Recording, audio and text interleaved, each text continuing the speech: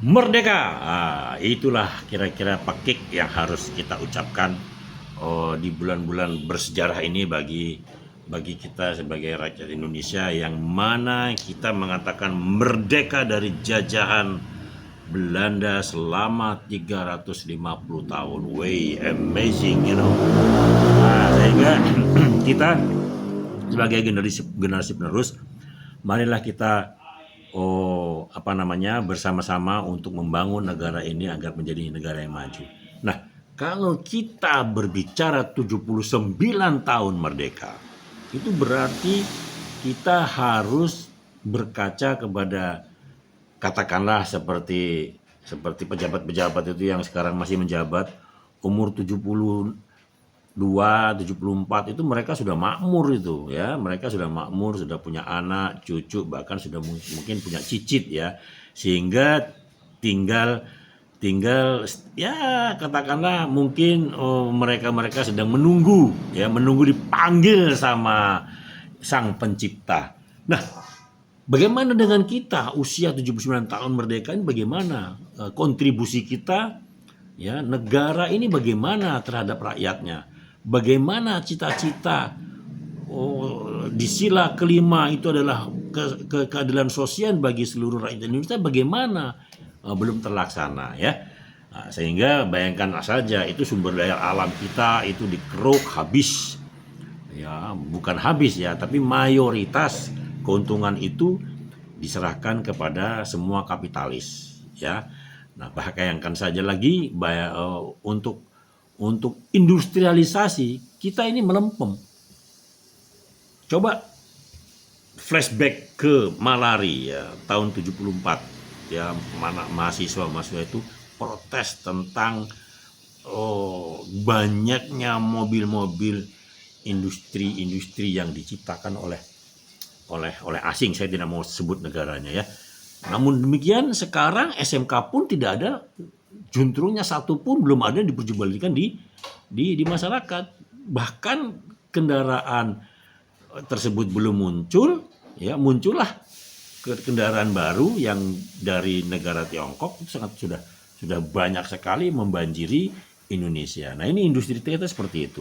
Mestinya 79 tahun itu kita harus membuat industri hilir itu dari mana-mana, dari Sabang sampai Merauke kita bisa ambil ke beberapa tempat saja, atau mungkin ekstrimnya dari setiap provinsi itu sudah ada industri terpadu yang dibuat di assembling saja. Misalnya kebanyakan mobil atau industri-industri yang sifatnya masif itu kebanyakan diciptakan, dibuat di Jabotabek. Sehingga barang-barang tersebut sampai mie instan saja itu loh dikirim ke luar dari Jakarta. Nah, ini yang membuat ketidakadilan. Mestinya dibuat saja, dikirim raw materialnya, dikirim ke tempat-tempat tersebut di masing-masing provinsi, sehingga kita buat di sana industri-industri, assembling industri-industri dari produk-produk terkecil tersebut. Sehingga di sana akan menciptakan lapangan pekerjaan, tidak perlu orang-orang itu berbondong-bondong berdatangin ke Jabodetabek ya. Inilah yang membuat urbanisasi itu meledak di Jabodetabek, sehingga pada siang hari jam kerja itu orang-orang yang berputar-putar di Jakarta itu kurang lebih ya 15 juta orang. Nah, ini sangat tidak efisien. Nah, pemerintah ujuk-ujuk karena dengan keadaan seperti itu memindahkan ibu kota ini di Penajam, Kalimantan Timur. Boleh saja, itu mestinya harus bertahap ya. Bangun dulu istana, betul. Bangun dulu perumahan menteri, betul. Bangun dulu perumahan duta besar, betul. Bangun dulu nanti trias politika, komplek-komplek kantor-kantor trias politik. Apa itu? Eksekutif, DPRD, DPR, lantas kantor-kantor kementerian, kantor-kantor dari kejaksaan dan kehakiman. Itu dulu dibuat secara terpadu. Nah, baru nanti mungkin pihak swasta kita ambilkan kira-kira siapa yang berminat. Nah, untuk swasta yang berinvestasi seperti rumah sakit, hotel dan sebagainya, apabila belum ada konsumen atau penduduk yang menempati di ibu kota tersebut, siapa konsumennya. Contoh saja seperti Jonggol. Minggu yang lalu saya ke Jonggol. Ya. Ternyata di sana banyak perumahan-perumahan mewah yang disiapkan untuk apabila Jonggol itu menjadi ibu kota. Ternyata gagal para